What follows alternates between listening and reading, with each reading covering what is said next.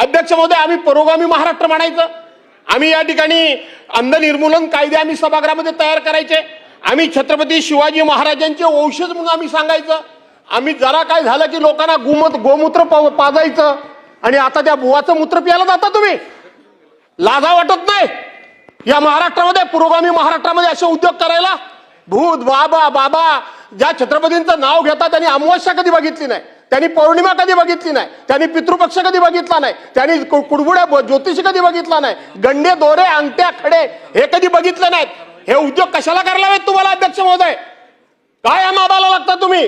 तुमचा आदर्श लोकांनी समोर ठेवायचा, तुमचं अनुकरण करायचं, तुमचा आदर्श डोळ्यासमोर ठेवून आपलं जीवन जगायचं. त्या लोकांकडून जर अध्यक्ष महोदय हे उद्योग होत असतील तर अध्यक्ष महोदय सरकारनं या विषयामध्ये गांभीर्याने भूमिका घेतली पाहिजे. मला माहित आहे हा विषय अगोदर समोर आला होता, ही एसआयटी वगैरे आणि म्हणून अध्यक्ष महोदय आपण हा विषय गांभीर्याने घ्यावा अशी माझी विनंती आहे. सदस्य विजय